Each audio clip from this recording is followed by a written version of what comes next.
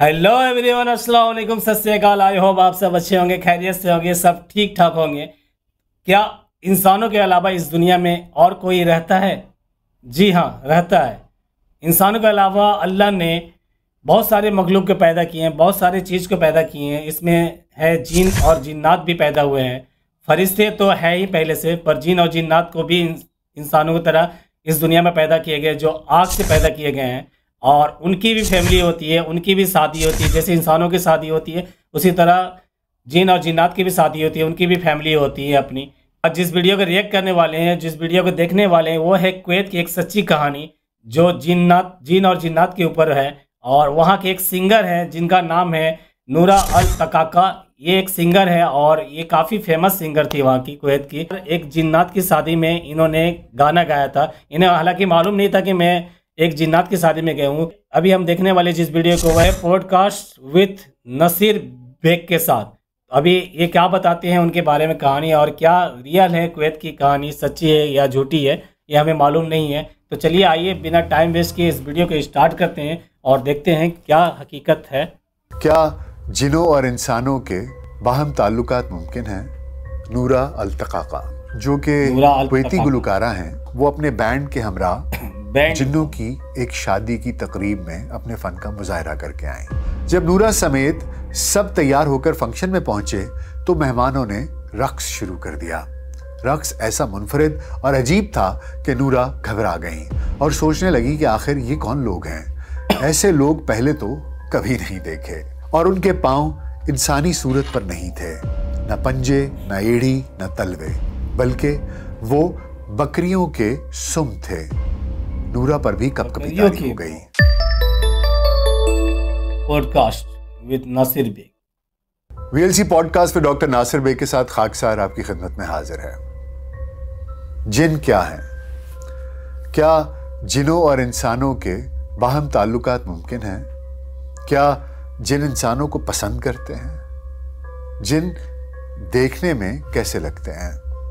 क्या जिनों की आदतें भी इंसानों की तरह होती हैं? ये और ऐसे बहुत से दीगर सवालात अक्सर औकात उठाए जाते हैं। आज हमारा मौजू जो है वो एक वाक़े पर है। एक ऐसा वाक़या जो एक गुलकारा के साथ पेश आया,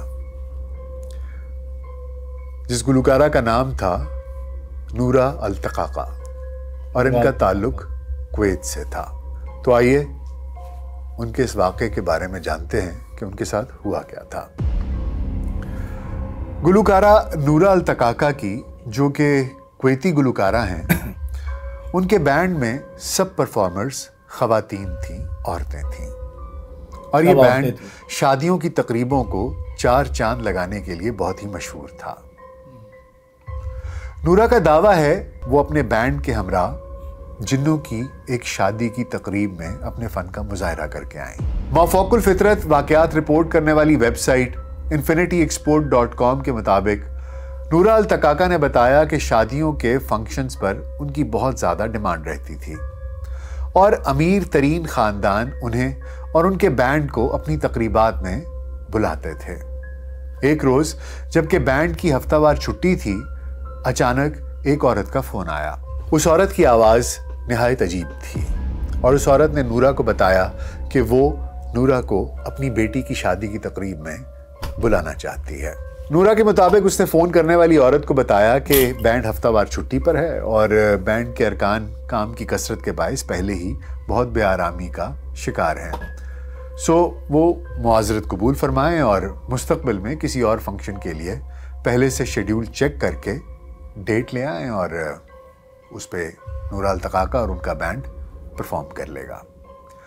नूरा कहती हैं कि बातचीत अभी जारी थी कि अचानक उस औरत ने कहा कि वो बैंड को डबल पेमेंट करने के लिए तैयार हैं। ये सोचकर नूरा ने सोचा कि अच्छी खासी रकम हाथ आ रही है तो एक छुट्टी मनसूख करने में कोई मुज़ायक़ा नहीं है। नूरा ने कुछ पसोपेश के बाद बिलाखिर पेशकश कबूल कर ली और कॉल करने वाली औरत से फंक्शन के मुकाम का पता लिया और फ़ोन बंद कर दिया। नूरा बताती हैं कि उन्होंने अपने बैंड के अरकान को बारी बारी फ़ोन करने शुरू किए ताकि उन्हें छुट्टी मनसूख करने पर राज़ी किया जा सके।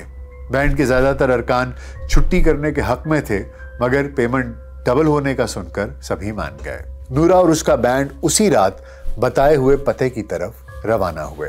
नूरा के मुताबिक ऐसा उनके साथ कभी हुआ न था, मगर उस बार न जाने क्यों सारे रास्ते में उनके दिल को अजीब सा महसूस होता रहा, लेकिन उन्होंने किसी से कुछ न कहा।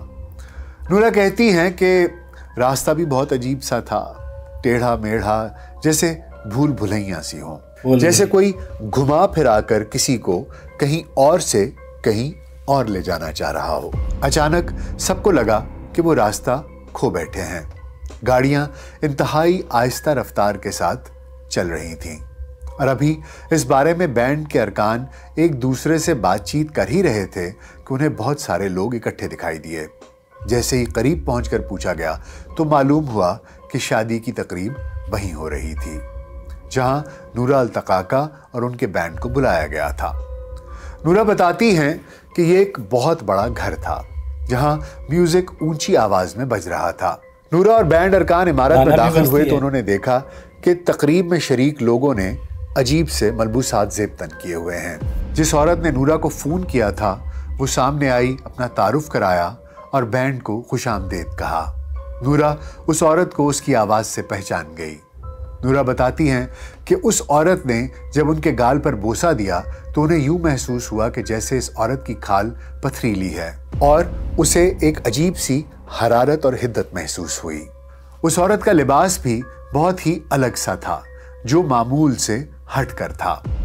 चारों नाचार नूरा ने अपने महसूसात को अपने दिल ही में छुपाए रखा और किसी पर कुछ भी जाहिर ना होने दिया। इसी औरत ने बैंड अरकान को एक कमरा दिखाया जहां उन्हें कुछ देर आराम करना था और फिर फंक्शन में गाने के लिए तैयार होना था। जब नूरा समेत सब तैयार होकर फंक्शन में पहुंचे तो मेहमानों ने रक्स शुरू कर दिया। रक्स ऐसा मुनफरिद और अजीब था कि नूरा घबरा गईं और सोचने लगी कि आखिर ये कौन लोग हैं। ऐसे लोग पहले तो कभी नहीं देखे। लेकिन इन सब बातों को नोटिस कर लेने के बावजूद नूरा कुछ न बोली।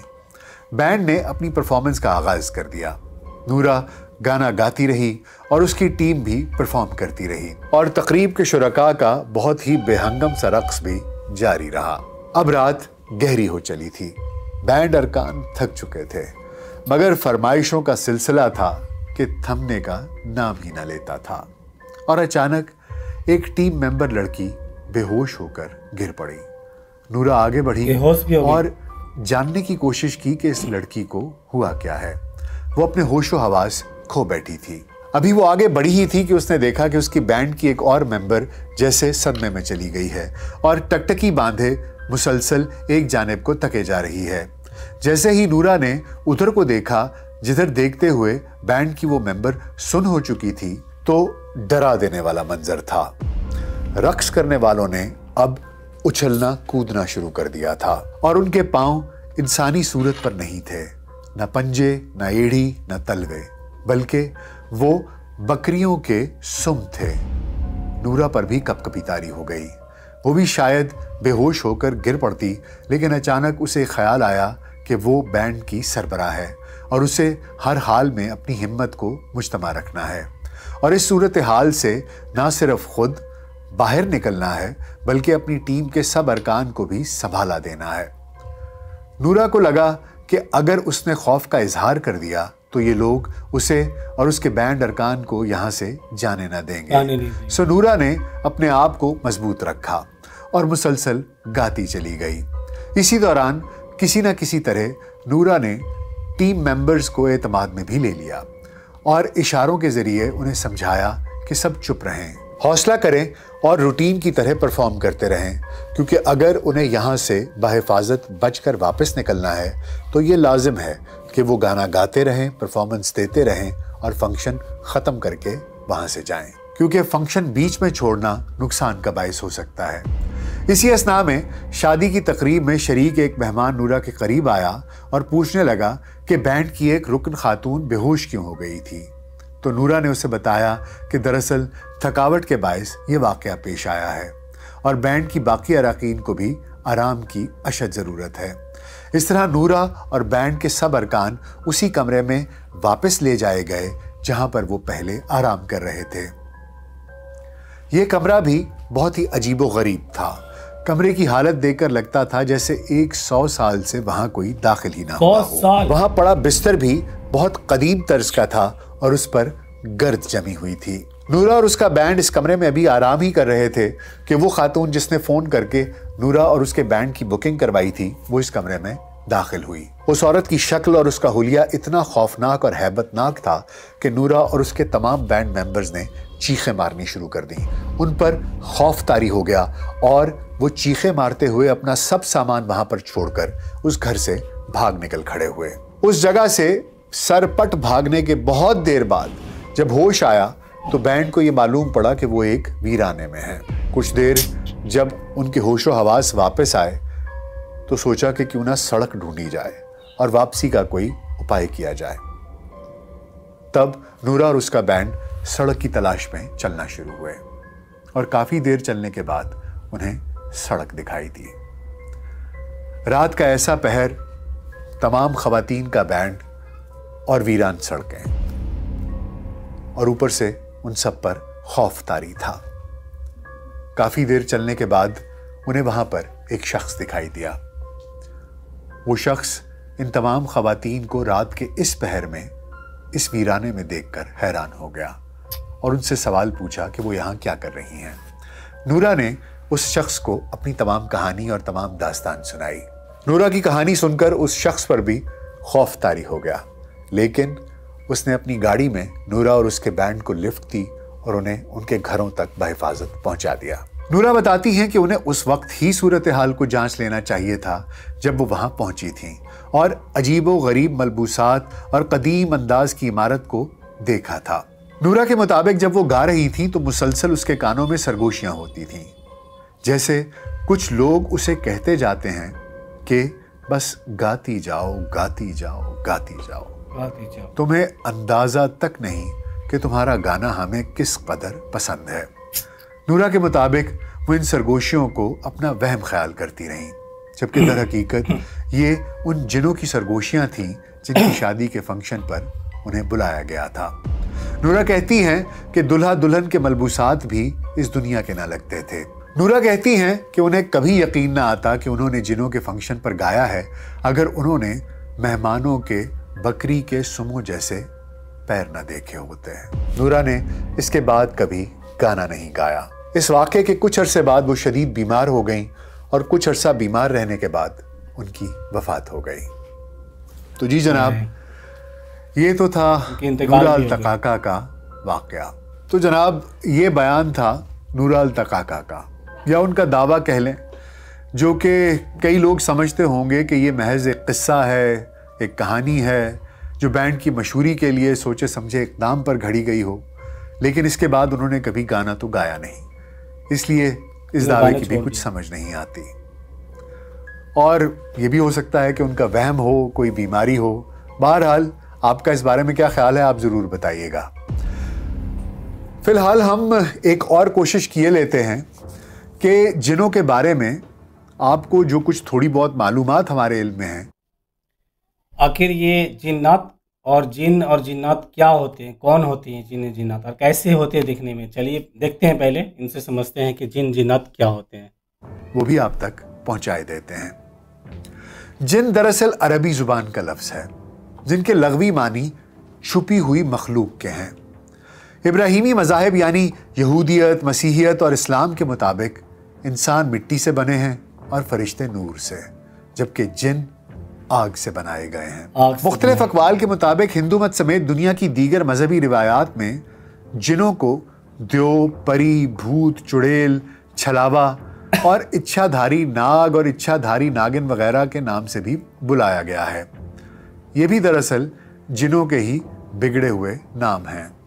सल्तनत अम्मान के दारुल हुकूमत मस्कत से 100 किलोमीटर जनूब मशरिक की तरफ जाएं तो सतह समुंदर से 1380 मीटर की बुलंदी सतह मुर्तफ़ा पर दुनिया का दूसरा बड़ा गार खाना मौजूद है, जिसे मजलिस जिन कहते हैं, यानी जिनों के इजलास का मुकाम। एनसाइक्लोपीडिया ब्रिटानिका में मुहक्किकीन ने लिखा है कि जिनों का तसव्वुर नबी आखिरुज़्ज़मा सल्लल्लाहु अलैहि वसल्लम की पैदाइश से पहले भी बिलाद अरब में मौजूद था।